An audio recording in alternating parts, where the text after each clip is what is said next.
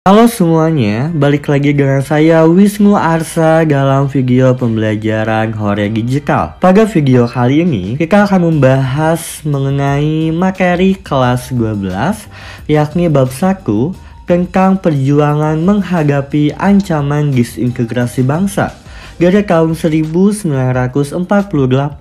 sampai 1965.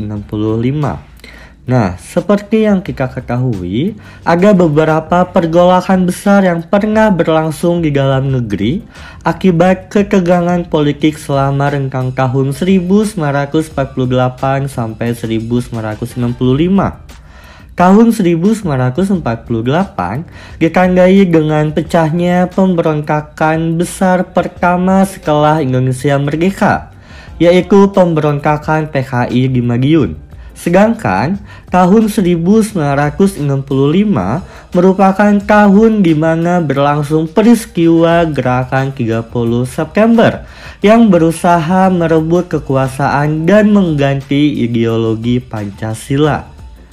Sejarah pergolakan dan konflik yang terjadi di Indonesia dibagi ke dalam 3 bentuk pergolakan. Yang pertama, peristiwa konflik dan pergolakan yang berkaitan dengan ideologi. Kemudian, peristiwa konflik dan pergolakan yang berkaitan dengan kepentingan. Dan yang terakhir, peristiwa konflik dan pergerakan yang berkaitan dengan sistem pemerintahan. Sekarang mari kita bahas satu persatu konflik atau pergolakan yang terjadi di Indonesia pada tahun 1948 sampai 1965 yang berhubungan dengan 3 hal tersebut. Yang pertama, konflik yang berkaitan dengan ideologi. Peristiwa pertama ada pemberontakan PKI atau Partai Komunis Indonesia di Madiun. PKI merupakan partai politik pertama yang didirikan sesudah proklamasi. Meskipun demikian, PKI bukanlah partai baru karena telah ada sejak zaman pergerakan nasional sebelum dibekukan oleh pemerintah Hindia Belanda akibat pemberontakan pada tahun 1926. Sejak merdeka sampai awal tahun 1948, PKI masih bersikap mendukung pemerintah. Hal ini dikarenakan yang memegang kekuasaan yakni golongan kiri. Namun, ketika golongan kiri terlempar dari pemerintahan, PKI menjadi partai oposisi dan bergabung dengan partai serta organisasi kiri lainnya dalam Front Demokrasi Rakyat atau FDR yang didirikan oleh Amir Syarifuddin pada bulan Februari tahun 1948. Pada awal September 1948, PKI dipimpin oleh Musso. Ia membawa PKI ke dalam pemberontakan bersenjata yang dicetuskan di Madiun pada tanggal 18 September 1948. Mengapa PKI memberontak? Alasan utama PKI memberontak tentunya bersifat ideologis, di mana mereka memiliki cita-cita ingin menjadikan Indonesia sebagai negara komunis. Berbagai upaya yang telah dilakukan PKI untuk meraih kekuasaan. Di bawah pimpinan Musso, PKI berhasil menarik partai dan organisasi kiri dalam FDR bergabung ke dalam PKI. Partai ini lalu mendorong dilakukannya berbagai demonstrasi dan pemogokan kaum buruh dan petani. Kemudian juga, pemerintah Indonesia telah melakukan upaya-upaya diplomasi dengan pemimpin PKI, yakni dengan Musso. Bahkan, sampai mengikut sertakan tokoh-tokoh kiri yang lain, yaitu Tan Malaka, untuk meredam gerak PKI. Namun, kondisi politik sudah terlampau panas sehingga pada pertengahan September tahun 1948 terjadinya pertempuran antara PKI dengan pemerintah khususnya TNI. PKI dan kelompok pendukungnya kemudian memusatkan diri di Madiun. Musso pun kemudian pada tanggal 18 September 1948 memproklamirkan Republik Soviet Indonesia. Nah, Di awal pemberontakan, pembunuhan terhadap pejabat pemerintah dan para pemimpin partai yang anti-komunis terjadi. Kaum santri juga menjadi korban. Akan tetapi, pasukan pemerintah yang dipelopori divisi Siliwangi berhasil mendesak mundur pemberontakan. Puncaknya adalah ketika Musso tewas tertembak. Kemudian Amir Sarifuddin juga tertangkap. Ia akhirnya dijatuhkan hukuman mati. Tokoh-tokoh muda PKI seperti Aidit dan Lukman berhasil melarikan diri dan kemudian pada tahun 1965 merekalah berhasil menjadikan PKI kembali menjadi partai besar di Indonesia sebelum terjadinya peristiwa Gerakan 30 September. Peristiwa selanjutnya Gerakan GIKI. Gerakan Darul Islam adalah gerakan politik yang memiliki tujuan mendirikan negara Islam Indonesia. Gerakan ini juga memiliki pasukannya sendiri yang bernama Tentara Islam Indonesia, sehingga peristiwa ini disebut dengan peristiwa GIKI. Di Indonesia, gerakan GIKI merupakan salah satu aksi pemberontakan yang cukup sulit ditumpas karena tersebar di berbagai wilayah, yakni ada di wilayah Jawa Barat, Jawa Tengah, Sulawesi Selatan, Kalimantan Selatan, dan yang terakhir di Aceh.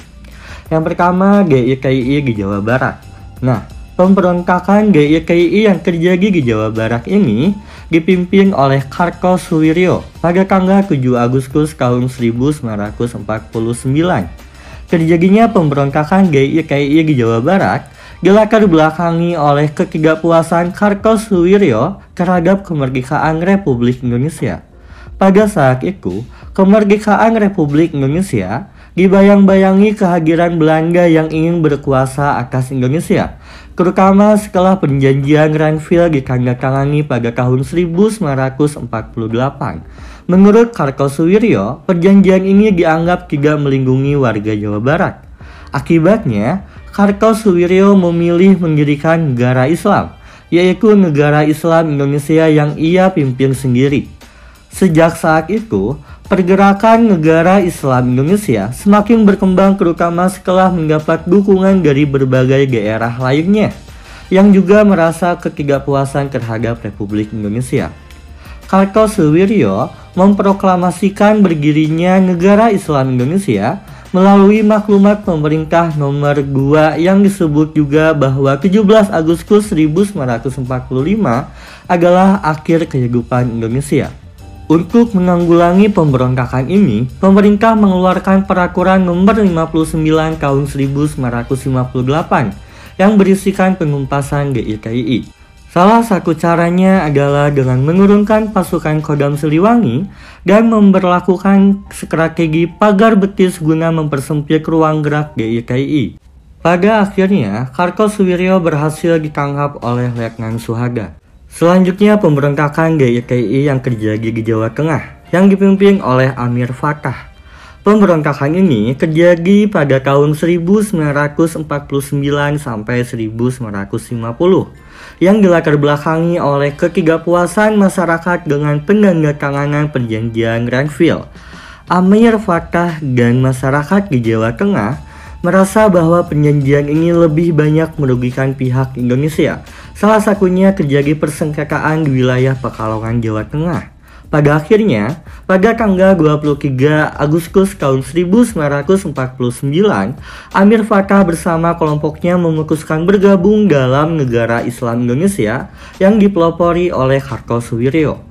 Sejak saat itu, Amir Fattah langsung melancarkan beberapa serangan terhadap pemerintah, khususnya terhadap TNI, seperti di desa Rokeh Jaki dan Pager Barang.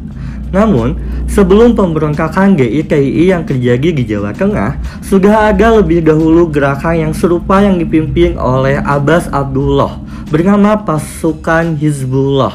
Nah, untuk menumpaskan pemberontakan ini, TNI membentuk Gerakan Benteng Nasional yang dipimpin oleh Letnan Kolonel Sarbini, Letkol Bahrum, dan Letkol Ahmad Yani.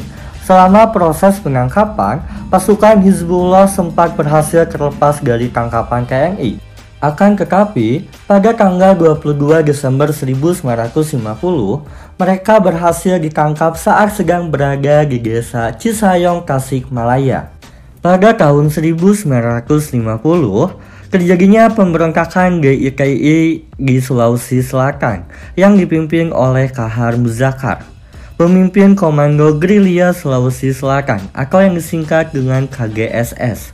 Pemberontakan ini berlangsung dari tahun 1950 sampai 1965 yang dilatar belakangi karena adanya perbedaan cara pandangan pemerintah dengan Kahar Muzakar yang berkaitan dengan reorganisasi APRIS atau TNI. Sebagai pemimpin KGSS, Muzakar menyarankan seluruh anggotanya mendaftar ke dalam Angkatan Perang Republik Indonesia Serikat atau yang disingkat dengan APRIS. Namun, pada ujungnya banyak dari mereka yang ditolak menjadi anggota APRIS karena dianggap tidak memenuhi syarat. Kahar Muzakar yang merasa kecewa dengan keputusan APRIS mulai melancarkan aksi pemberontakan. Aksi pertama berlangsung sejak tahun 1950 sampai 1952, sedangkan pemberontakan kedua terjadi pada tahun 1953 sampai 1965. Untuk mengatasi pemberontakan ini, TNI membentuk operasi militer yang bernama Operasi Baratayuda. Butuh waktu yang lama bagi operasi tersebut untuk menyelesaikan pemberontakan GIKI. Pada akhirnya, Kahar Muzakar berhasil ditembak mati yang menjadi tanda berakhirnya pemberontakan GIKI di Sulawesi Selatan. Kemudian GIKI di Kalimantan Selatan yang terjadi pada tahun 1950 yang dipimpin oleh Ibnu Hajar. Latar belakang terjadinya pemberontakan ini adanya rasa ketidakpuasan oleh Ibnu Hajar terhadap reorganisasi TNI. Sebab reorganisasi ini membuat beberapa anggota diberhentikan karena dianggap tidak memenuhi syarat, termasuk Ibnu Hajar. Dari sinilah kekecewaan Ibnu Hajar bermula. Ia kemudian membentuk pasukan gerilya sendiri bernama Kesatuan Rakyat yang Tertindas. Ia melakukan penyerangan pertama kesatuan tentara di Kalimantan Selatan pada bulan Maret tahun 1950. Menanggapi hal ini, pemerintah masih bersikap baik dan menerima Ibnu Hajar yang saat itu menyerahkan diri. Bahkan, ia diterima kembali ke dalam APRIS. Namun, setelah diberi persenjataan lengkap, Ibnu Hajar melarikan diri dan melanjutkan pemberontakannya. Ia sempat bersembunyi di dalam hutan guna menghindari kejaran TNI. Akan tetapi, setelah diberi janji pengampunan, Ibnu Hajar bersedia menyerahkan diri pada tahun 1963. Ia sempat ditahan selama 2 tahun sebelum dikirim ke Jakarta untuk menjalani proses pengadilan. Keputusan akhir yang didapatkan yakni dijatuhi hukuman mati. Ia pun meninggal dunia pada tanggal 22 Maret 1965. Kemudian GIKI di Aceh yang terjadi pada tanggal 20 September 1953 yang dipimpin oleh Daud Bereh.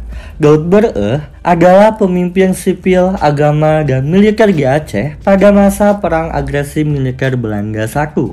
Pemberontakan ini berawal dengan adanya pernyataan proklamasi terkait berdirinya negara Islam Indonesia di bawah kekuasaan Kartosuwiryo. Hal ini kemudian didukung dengan kekecewaan Aceh yang dirasa oleh para tokoh pimpinan masyarakat di Aceh. Salah satu alasan kekecewaan mereka adalah Presiden Soekarno dianggap berbohong setelah menjanjikan Aceh boleh menerapkan syariat Islam dan tetap menjadi salah satu provinsi di Indonesia.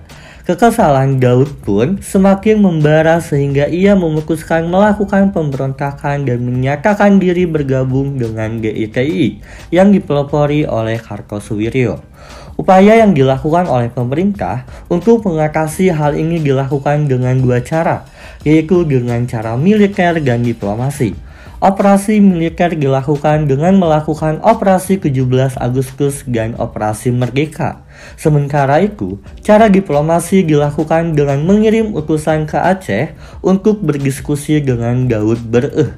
Pada akhirnya, pemerintah pusat memutuskan memberikan hak otonomi kepada Aceh sebagai provinsi yang disebut Daerah Istimewa Aceh dan diizinkan menerapkan syariat Islam. Pergolakan yang berkaitan ideologi yang terakhir yakni peristiwa Gerakan 30 September. Gerakan 30 September ini dilancarkan oleh Partai Komunis Indonesia yang salah satu partai tertua dan terbesar di Indonesia. Peristiwa tersebut terjadi pada tahun 1965.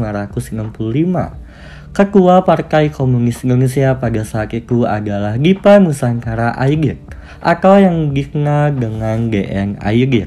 Kemudian terdapat 6 teori mengenai peristiwa Gerakan 30 September tahun 1965.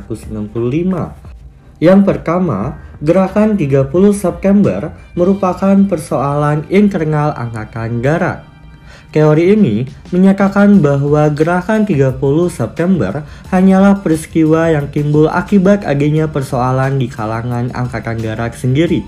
Hal ini misalnya didasarkan pada pernyataan pemimpin gerakan, yaitu Letnan Kolonel Untung, yang menyatakan bahwa para pemimpin Angkatan Darat hidup bermewah-mewahan dan memperkaya diri sehingga mencemarkan nama baik Angkatan Darat. Pendapat seperti ini sebenarnya berlawanan dengan kenyataan yang ada. Jenderal Nasution misalnya, Panglima Angkatan Darat bersenjata ini justru hidupnya sederhana. Yang kedua, dalam Gerakan 30 September adalah Dinas Intelijen Amerika Serikat atau CIA. Teori ini menyatakan bahwa Amerika Serikat sangat khawatir Indonesia jatuh ke tangan komunis. PKI pada saat itu memang tengah kuat-kuatnya menanamkan pengaruh di Indonesia. Karena itu, CIA kemudian bekerja sama dengan suatu kelompok dalam tubuh Angkatan Darat untuk memprovokasi PKI agar melakukan gerakan kudeta. Tujuan akhir skenario ini adalah menjatuhkan kekuasaan Soekarno. Kemudian teori yang ketiga yaitu Gerakan 30 September merupakan pertemuan antara kepentingan Inggris dengan Amerika Serikat. Menurut teori ini, peristiwa tersebut adalah titik temu antara keinginan Inggris yang ingin sikap konfrontatif Soekarno terhadap Malaysia bisa diakhiri melalui penggulingan kekuasaan Soekarno, dengan keinginan Amerika Serikat agar Indonesia terbebas dari komunisme. Di masa itu, Soekarno memang tengah gencar melancarkan provokasi menyerang Malaysia yang dikatanya sebagai negara boneka Inggris. Teori yang keempat yaitu Soekarno adalah dalang Gerakan 30 September. Menurut teori ini, Soekarno berkeinginan melenyapkan kekuatan oposisi terhadap dirinya yang berasal dari sebagai perwira tinggi Angkatan Darat. Karena PKI dekat dengan Soekarno, partai ini pun terseret. Dasar teori ini antara lain berasal dari kesaksian seorang pilot asal India yang menjadi sahabat banyak pejabat Indonesia sejak masa revolusi. Ia mengatakan pada tanggal 30 September 1965, tepatnya tengah malam, Soekarno memintanya untuk meninggalkan Jakarta sebelum subuh. Di sini Soekarno seakan-akan tahu bahwa akan ada peristiwa besar esok harinya. Namun, teori ini dilemahkan antara lain dengan tindakan Soekarno yang ternyata kemudian menolak mendukung Gerakan 30 September. Bahkan, pada tanggal 6 Oktober 1965, dalam sidang kabinet Dwi Korra di Bogor, ia mengutuk gerakan ini. Kemudian teori yang kelima yaitu tidak ada pemeran tunggal dan skenario besar dalam peristiwa Gerakan 30 September. Menurut teori ini, tidak ada dalang tunggal dan tidak ada skenario besar dalam Gerakan 30 September. Kejadian ini hanya merupakan hasil dari perpaduan antara seperti yang disebutkan Soekarno, yakni pemimpin PKI dengan TNI. Nah, kemudian teori yang terakhir yakni dalang Gerakan 30 September adalah PKI. Menurut teori ini, tokoh-tokoh PKI adalah penanggung jawab peristiwa kudeta dengan cara memperalat unsur-unsur tentara. Dasarnya adalah serangkaian kejadian dan aksi yang telah dilancarkan PKI antara tahun 1959 sampai 1965. Terlepas dari teori mana yang benar mengenai peristiwa gerakan 30 September, yang pasti sejak demokrasi terpimpin secara resmi dimulai pada tahun 1959, Indonesia memang diwarnai dengan figur Soekarno yang menampilkan dirinya sebagai penguasa tunggal di Indonesia. Ia juga menjadi kekuatan penengah di antara dua kelompok politik besar yang saling bersaing dan terkurung dalam pertentangan yang tidak terdamai pada saat itu, yakni Angkatan Darat dengan PKI. Tujuan utama gerakan 30 September adalah menggulingkan pemerintahan era Soekarno dan mengganti negara Indonesia menjadi negara komunis. Seperti yang diketahui, PKI disebut memiliki lebih dari 3 juta anggota dan membuatnya menjadi partai komunis terbesar ketiga di dunia setelah Republik Rakyat Cina dan Uni Soviet. Tujuan yang lainnya diantaranya, yang pertama, menghancurkan negara kesatuan Republik Indonesia dan menjadikannya sebagai negara komunis. Yang kedua, menyingkirkan TNI Angkatan Darat dan merebut kekuasaan pemerintah. Yang ketiga, mewujudkan cita-cita PKI yakni menjadikan ideologi komunis dalam membentuk sistem pemerintahan yang digunakan sebagai alat untuk mewujudkan masyarakat komunis. Yang keempat, mengganti ideologi Pancasila menjadi ideologi komunis. Dan yang terakhir, kudeta yang dilakukan kepada Presiden Soekarno tak lepas dari rangkaian kegiatan komunisme internasional. Berikut ini korban yang terjadi pada peristiwa gerakan 30 September 1965. Kemudian konflik yang berkaitan dengan kepentingan. Peristiwa yang pertama, pemberontakan APRA. Pemberontakan APRA atau Angkatan Perang Ratu Adil dibentuk oleh Kapten Raymond Westerling pada tahun 1949. Ini adalah milisi bersenjata yang anggotanya terutama berasal dari tentara Belanda yang tidak setuju dengan pembentukan Angkatan Perang Republik Indonesia Serikat atau yang disingkat dengan APRIS di Jawa Barat, yang saat itu masih berbentuk negara bagian Pasundan. Basis pasukan APRIS di Jawa Barat adalah Divisi Siliwangi. APRA ingin agar keberadaan negara Pasundan dipertahankan sekaligus menjadikan mereka sebagai tentara negara federal di Jawa Barat. Karena itu, pada Januari 1950, Westerling mengultimatum pemerintahan Republik Indonesia Serikat. Ultimatum ini segera dijawab Perdana Menteri Hatta dengan memerintahkan penangkapan terhadap Westerling. APRA malah bergerak menyerbu kota Bandung secara mendadak dan melakukan tindakan teror. Puluhan anggota APRIS gugur. Diketahui juga, APRA bermaksud menyerang Jakarta dan ingin membunuh Menteri Pertahanan Sultan Hamengkubuwono IX dan Kepala APRIS Kolonel Simatupang. Namun, semua itu akhirnya dapat digagalkan oleh pemerintah. Akhirnya Westerling kemudian melarikan diri ke Belanda. Kemudian peristiwa Andi Agis. Seperti halnya pemberontakan APRA di Bandung, peristiwa Andi Agis berawal dari tuntutan Kapten Andi Agis dan pasukannya yang berasal dari Keniel, yakni pasukan Belanda di Indonesia, terhadap pemerintah Indonesia agar hanya mereka yang dijadikan pasukan APRIS di negara Indonesia Timur. Ketika akhirnya tentara Indonesia benar-benar didatangkan ke Sulawesi Selatan dengan tujuan memelihara keamanan. Hal ini menyulut ketidakpuasan di kalangan pasukan Andi Agis. Adanya kekhawatiran dari kalangan tentara Keniel bahwa mereka akan diperlakukan secara diskriminasi oleh pasukan atau oleh pimpinan APRIS. Pasukan Keniel di bawah pimpinan Andi Agis ini kemudian bereaksi dengan menduduki beberapa tempat penting, bahkan menawan panglima di wilayah Indonesia Timur. Pemerintah pun bertindak tegas dengan mengirimkan pasukan di bawah pimpinan Kolonel Alex Kawilarang. Pada bulan April tahun 1950, pemerintah memerintahkan Andi Agis agar melapor ke Jakarta akibat peristiwa tersebut dan menarik pasukannya dari tempat-tempat yang telah diduduki, menyerahkan senjata serta membebaskan tawanan yang telah mereka tangkap. Tenggat waktu yang diberikan terhadap Andi Aziz adalah 4 kali 24 jam. Akan tetapi Andi Aziz ternyata terlambat melapor sementara pasukannya telah memberontak. Andi Aziz pun segera ditangkap di Jakarta, setibanya ia di sana dari Makassar. Ia juga kemudian mengakui bahwa aksi yang dilakukannya berasal dari rasa tidak puas terhadap APRIS.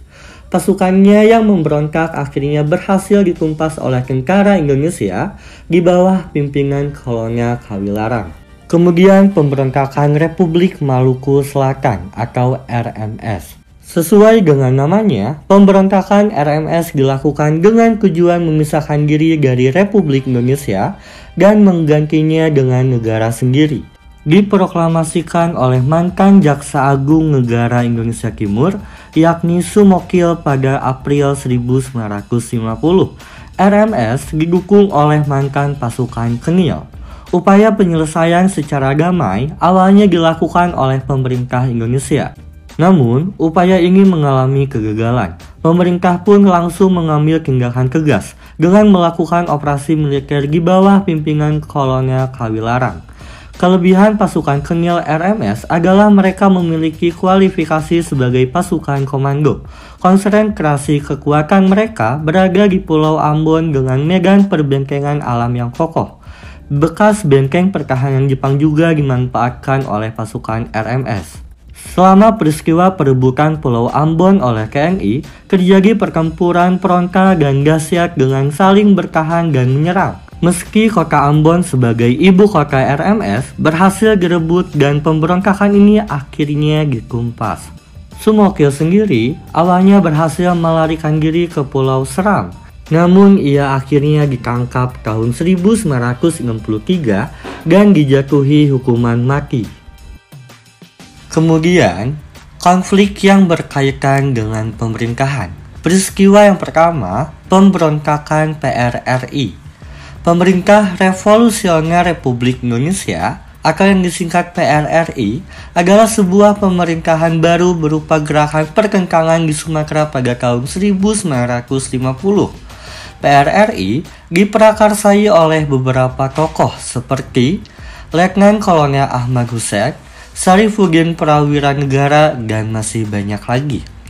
Setelah pembentukan Dewan Banteng pada tanggal 20 Desember 1956, Letkol Ahmad Hussein kemudian merebut kekuasaan pemerintah daerah dari Gubernur Ruslan Mojoharjo.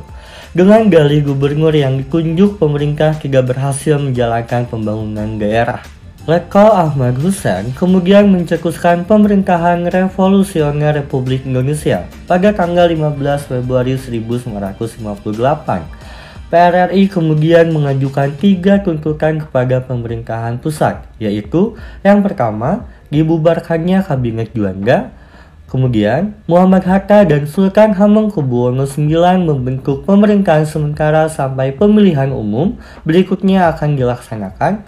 Kemudian yang terakhir, Soekarno kembali pada posisi konstitusionalnya. Tuntutan lain yang juga diajukan oleh PRRI juga terkait dengan masalah otonomi daerah karena pemerintah pusat dianggap tidak adil kepada para warga sipil dan militer soal pemerataan dana pembangunan. Pemerintah menganggap pemberontakan PRRI harus segera dituntaskan dengan melakukan operasi gabungan yang terdiri dari Angkatan Darat, Angkatan Laut, dan Angkatan Udara, dan yang terakhir Angkatan Perang Republik Indonesia. Tentara APRI melayangkan berbagai macam tindakan kekerasan, bahkan ribuan orang juga ditangkap dengan cara paksa karena dicurigai sebagai simpatisan PRRI.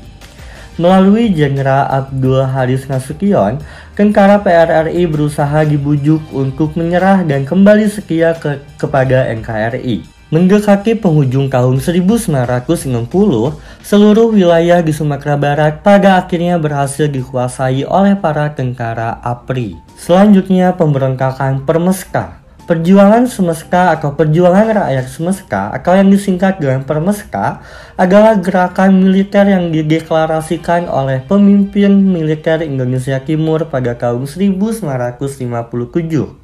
Pemimpin Permeska adalah Kolonel Vanji Sumual, seorang perwira militer yang terlibat dalam Revolusi Nasional Indonesia. Pemberontakan Permeskai ini dilatar belakangi dengan kekecewaan akan kebijakan pemerintah pusat yang mengistimewakan Pulau Jawa dibandingkan daerah lain. Berkembangnya sentimen ini kemudian memicu timbulnya aspirasi untuk memisahkan diri dari Indonesia. Bermula dari permintaan Gubernur Sulawesi, Andi Pangerang, kepada Perdana Menteri Ali Sastroamidjojo dan Mendagri Sunarjo pada tahun 1957. Permintaan itu adalah untuk mengupayakan otonomi yang lebih besar khususnya di Indonesia Timur, termasuk pembagian pendapatan pemerintahan yang lebih banyak untuk proyek pembangunan di daerah. Hal tersebut tidak mendapatkan tanggapan sehingga Andi dan yang lainnya kembali ke Jakarta untuk kembali mendesak pemerintahan pusat. Pada tanggal 2 Maret tahun 1952, ia memproklamasikan keadaan perang untuk seluruh wilayah Indonesia Timur dengan piagam Permeskai. Dalam mengatasi pemberontakan Permeskai ini, pemerintah memulai dengan mengupayakan perundingan untuk mengakhiri pemberontakan. Pada tanggal 17 Desember 1960, Permeskai menyetujui untuk mengakhiri pemberontakan karena pemerintah pusat bersedia membagi Provinsi Sulawesi menjadi 2 provinsi, yaitu Sulawesi Utara dan Sulawesi Tengah dengan ibu kota di Manado. Untuk menuntaskan pemberontakan ini, pemerintah juga melancarkan beberapa operasi militer seperti Operasi Merdeka, Operasi Tegas, dan Operasi Sadar. Penuntasan pemberontakan Permeskai juga disebut lebih sulit dibandingkan pemberontakan lainnya karena adanya keterlibatan asing, yakni Amerika Serikat. Pada Oktober 1961, akhirnya seluruh wilayah yang dikuasai oleh pasukan Permeskai berhasil kembali ke Republik Indonesia melalui operasi-operasi TNI tersebut. Sekian video pembelajaran kali ini, sampai jumpa di video selanjutnya.